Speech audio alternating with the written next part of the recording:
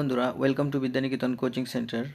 আজ আমি ডাব্লিউবিপিএসসি ক্লার্কশিপের ইংলিশের উপর একটি প্র্যাকটিস সেট নিয়ে এসেছি। তো চলো শুরু করা যাক। The road was completely by dash by a fallen tree. আচ্ছা, এখানে আছে ক্লোজড মানে বন্ধ করা, স্টপড মানে থামা, আর হিন্ডার্ড মানে বাধা, আর ব্লকড মানে আটকানো। তাহলে কি হবে? এখানে অপশান হবে যে the road was completely blocked, অর্থাৎ আটকে গেছিলো বা আটকানো ছিল, বাই এ ফলেন ট্রি, একটা গাছের দ্বারা বা একটা পড়ে যাওয়া গাছের দ্বারা রাস্তাটি বন্ধ ছিল। নেক্সট,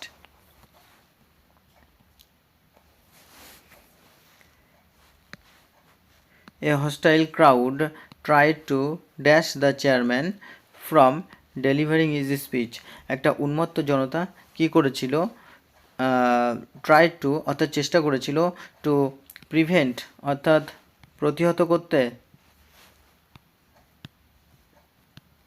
প্রতিহত করা, ইম্পিড বাধা দেওয়া, abstract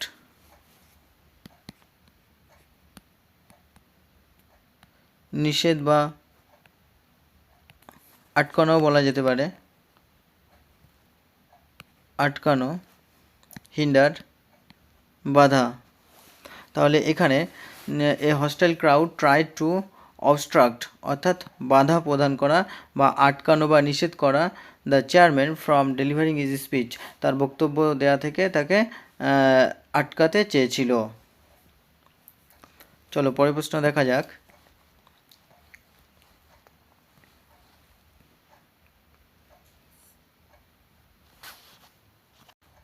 The administrator could not make up his mind about this dash point. আচ্ছা, অ্যাডমিনিস্ট্রেটর অর্থাৎ প্রশাসক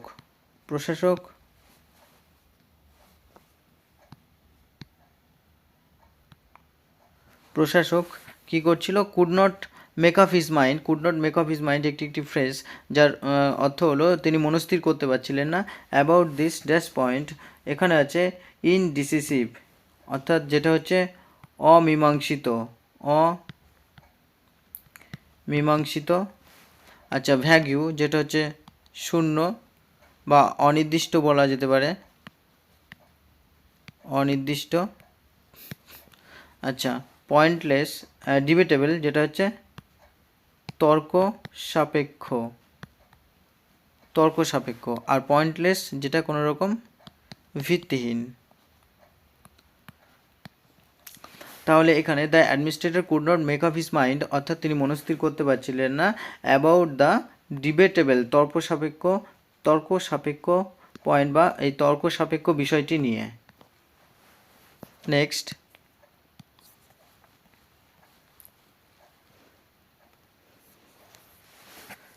judgement was passed on the মার্ডারারের ওপর যে জাজমেন্ট সেটা পাস হয়েছিল, অ্যান্ড হি ওয়াজ ডিউলি এবং তাকে যথোপযুক্ত। আচ্ছা, এখানে অ্যাসাসিনেটেড মানে গুপ্ত হত্যা। আচ্ছা, স্ট্রাঙ্গল হচ্ছে শ্বাসরোধ করা, কিল্ড হচ্ছে হত্যা করা, এবং এক্সিকিউটেড ফাঁসি বা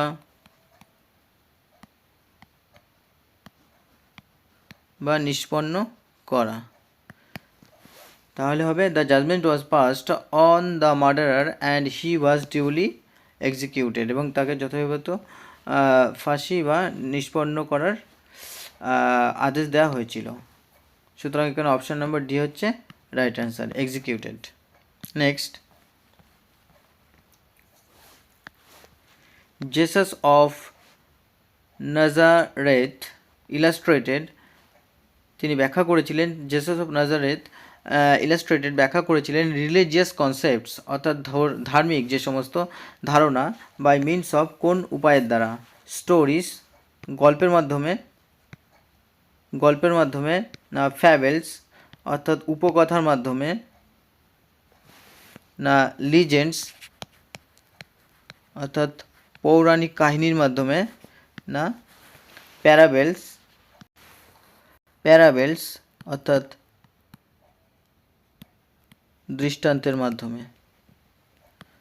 তাহলে উত্তর হবে এখানে Jesus of Nazareth illustrated religious concept, ধার্মিক ধারণা বাই মিনস অফ প্যারাবেলস, হচ্ছে দৃষ্টান্তর মাধ্যমে বা কোনো ইনস্ট্যান্স বা কোনো উদাহরণ উপস্থাপনের মাধ্যমে। নেক্সট,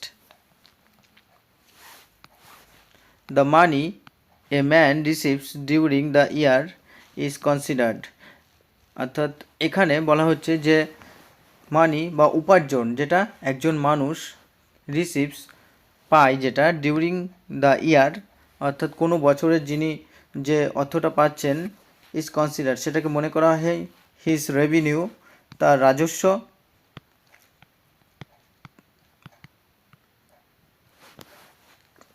ইনকাম অর্থাৎ আয়, স্যালারি বেতন, ফি এটাও বেতন বলা যেতে পারে। সুতরাং সেটা মনে করা হয় তার ইনকাম বা আয় বলে মনে করা হয়, বার্ষিক আয় যেটা। Next, his ghost story was beyond believe, আচ্ছা বিয়ন্ড বিলিভ যেটা অবিশ্বাস্য বলি আমরা, তাহলে এখানে হচ্ছে প্রথমে ফ্যান্টাস্টিক যেটা মজাদার, ইনক্রেডিবল অবিশ্বাস্য, টেরিফাইং যেটা ভীতিকর, ইমাজিনারি যেটা কাল্পনিক। সুতরাং এখানে his ghost story was beyond believe যেটা কিনা বিশ্বাসের বাইরে, অর্থাৎ ইনক্রেডিবল অবিশ্বাস্য। অপশন সি হচ্ছে right answer. Next, my friend was a person app to act অর্থাৎ সে কাজের প্রতি খুব অভিজ্ঞ ছিল, অ্যান্ড সাডেনলি উইদাউট থিঙ্কিং অর্থাৎ হঠাৎই কোনো কিছু ভাবনা চিন্তা ছাড়াই। তাহলে ইম্পালসিভ অর্থাৎ আবেগপ্রবণ, আচ্ছা থটলেস যিনি কিনা চিন্তাহীন, এক্সাইটেবল মজাদার ও ভায়োলেন্ট উগ্র। এই ক্ষেত্রে my friend was a person একজন ব্যক্তি, অ্যাপ টু অ্যাক্ট যে কিনা কাজ করতে অভিজ্ঞ ছিল, সাডেনলি উইদাউট থিঙ্কিং হঠাৎই কোনো রকম চিন্তাভাবনা ছাড়াই, তাহলে তিনি হচ্ছেন আবেগপ্রবণ। অপশান নাম্বার এ হচ্ছে right answer. Next, to refuse কোনো কিছু প্রত্যাখ্যান করা, ইজ টু ডিনাই অর্থাৎ রিফিউজ বলতে আমরা ডিনাইকেই বুঝি, but used as a noun কিন্তু যখন একটা নাউন হিসাবে ব্যবহার করা হবে, দ্য ওয়ার্ড ক্যান মিন এই শব্দটা অর্থ করে বা কোন অর্থ বোঝায়। আচ্ছা এখানে গার্বেজ মানে আবর্জনা, প্রহিবিশন মানে নিষেধ, ডাস্ট মানে ময়লা, ফুয়েল মানে জ্বালানি। তো এখানে রাইট অ্যান্সার হচ্ছে গার্বেজ বা আবর্জনা। Next, a day in winter is cold but to turn A cold shoulder two, আচ্ছা শীতের একটা দিন সেটা ঠান্ডা, কিন্তু কোনো একজনকে ঠান্ডা মাথায় করতে হলে এ পার্সন একজন ব্যক্তিকে ইজ টু করতে হয়, পারসিউম তাকে অনুসরণ করতে হয়, অ্যাপ্রোচ হিম তার কাছে যেতে হয়, না ইগনোর হিম তাকে এড়িয়ে চলতে হয়, না হার্ট হিম তাকে আঘাত করতে হয়। এখানে অপশান নাম্বার বি হচ্ছে রাইট অ্যান্সার, ইগনোর হিম তাকে এড়িয়ে চলতে হয়। Next, choose the word, choose the right word from the accompanying list to fill in the blanks. নিচে যে অপশান রয়েছে সেখান থেকে সঠিক উত্তর দিয়ে শূন্যস্থানটি পূরণ করতে হবে। To regret is to be, আচ্ছা রিগ্রেট অর্থাৎ অনুতাপ প্রকাশ করা, যেটা অনুতাপ, রিগ্রেট হলো অনুতাপ প্রকাশ করা। তো স্যাড মানে দুঃখিত, ট্রাজিক যেটা ব্যথাদায়ক বলা যেতে পারে বা যন্ত্রণাদায়ক, সরোফুল যেটা দুঃখে পরিপূর্ণ, এবং সরি হচ্ছে দুঃখ বা দুঃখিত।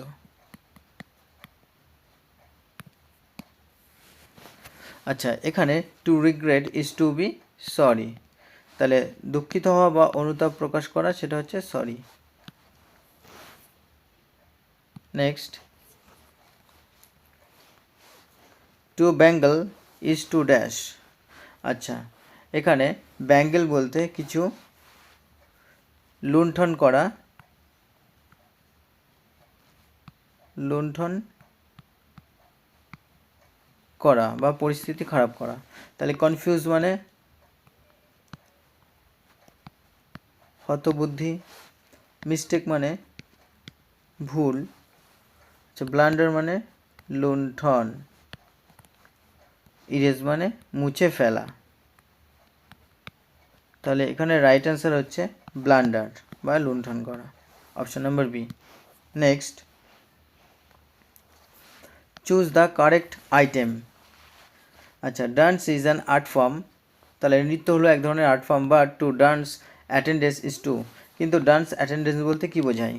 আচ্ছা, take part in group dance, group ডান্সে অংশগ্রহণ করা, এন্টারটেন বাই ডান্সিং, ডান্সিংয়ের দ্বারা এন্টারটেন করা, বি সাবসার্ভিয়েন্ট আজ্ঞাবর্তী হওয়া,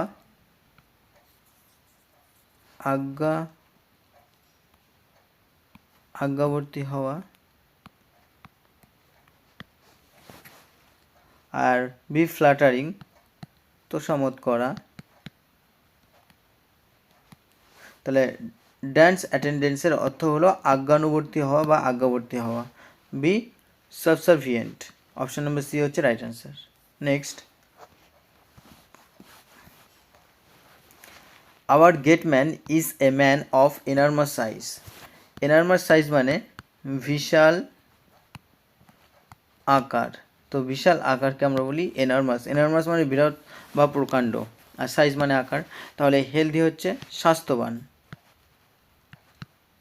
স্বাস্থ্যবান।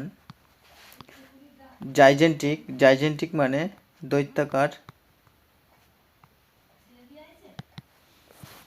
টল হচ্ছে লম্বা, আর বিগ মানে বড়। তো এখানে অপশান নাম্বার সি হচ্ছে রাইট অ্যান্সার, যেটা দৈত্যাকার বা gigantic. Next, from the given options choose the most appropriate word to fill in the blanks. আচ্ছা, in sentence, after 1 weeks continuous fever, এক সপ্তাহের ক্রমাগত জ্বরে পর, the relatives of the patient became, আচ্ছা পেশেন্টের যে রিলেটিভস ছিল তারা হয়ে উঠেছিল বা হয়ে পড়েছিল সাসপিসিয়াস মানে সন্দেহপূর্ণ, সন্দেহপূর্ণ, ডাউটফুল আশঙ্কিত,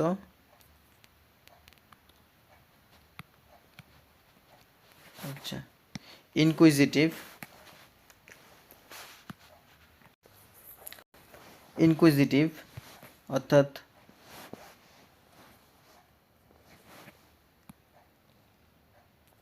উদ্বিগ্ন বা কৌতূহলী, অ্যাপ্রিহেন্সিভ উদ্বিগ্ন বা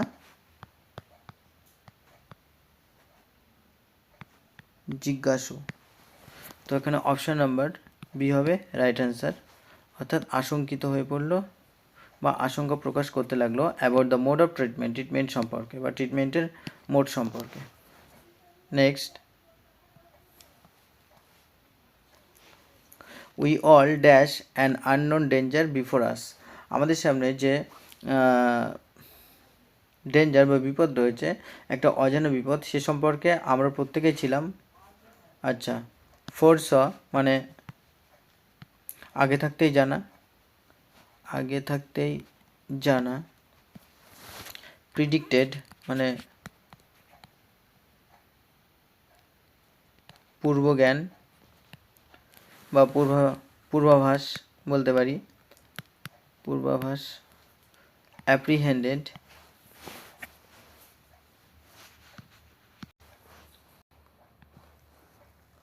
কোনো কিছু ধরা, কোনো কিছু ধরা। আর অ্যান্টিসিপেট মানে প্রত্যাশা। তো এখানে অপশন নাম্বার সি হচ্ছে রাইট অ্যান্সার, অ্যান্টিসিপেট করা অর্থাৎ প্রত্যাশা করা। তাহলে আমরা প্রত্যেকেই প্রত্যাশা করেছিলাম একটা অজানা বিপদ সম্পর্কে, যেটা আমাদের আগে। আচ্ছা, next, this method is not wrong, এই মেথডটি রং নয়, but there may be a more dash method than this. আচ্ছা, সুইটেবল মানে উপযুক্ত,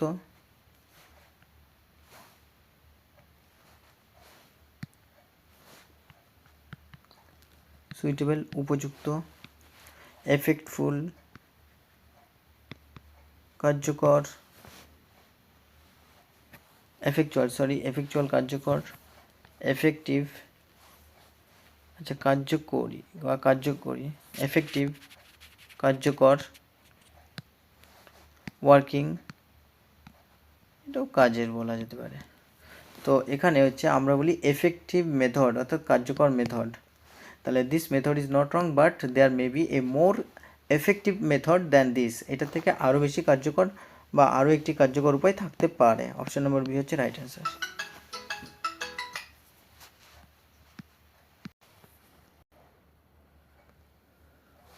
Complete the sentence by choosing appropriate word from the given options. আচ্ছা, the Republic Day was dash with due solemnity. আচ্ছা, এখানে আছে observed পালন করা, পালন করা। আচ্ছা, enjoyed উপভোগ। আচ্ছা, celebrated অর্থাৎ উদযাপন। আর পারফর্মড অনুষ্ঠিত। তো এখানে অপশান নাম্বার এ সি হচ্ছে রাইট অ্যান্সার, সেলিব্রেটেড বা উদযাপন করা। Next, a fly by night company, একটা ফ্লাই বাই নাইট কোম্পানি যেটা একটা ফ্রেশ, কি করতে চায়? অপারেটস অনলি অ্যাট নাইট, যেটা কিনা রাতে চলে, না sends cargo by plane only, না interested only in making quick profits, খুব তাড়াতাড়ি যারা লাভ করতে চায়। তাহলে এখানে অপশান নাম্বার সি হচ্ছে right answer. Next, in a Hobson choice situation on. আচ্ছা, হবসন চয়েস বলতে যেখানে কোনো অল্টারনেটিভ কোনো চয়েস থাকে না, অল্টারনেট চয়েস থাকে না, সেটাকে আমরা বলি হবসন চয়েস। তাহলে কি করতে হবে? Must accept what is offered as there is no alternative, যেখানে কোনো অল্টারনেটিভ থাকে না। এখানে অপশান হচ্ছে সি রাইট অ্যান্সার। সুতরাং এই হলো আজকের 20টি ইংলিশের ওপরে প্রশ্ন উত্তর, যেগুলি আশা করি পরীক্ষায় খুবই উপযুক্ত পিএসসি ক্লার্কশিপের প্রিলির ক্ষেত্রে। তো এরকম আরও ক্লাস পেতে তোমরা চ্যানেলটিকে লাইক, শেয়ার ও কমেন্ট করো এবং বেশি বেশি করে বন্ধুদের মধ্যে শেয়ার করো। Thank you for watching this video. Thank you. চলো দেখা হচ্ছে নেক্সট ক্লাসে।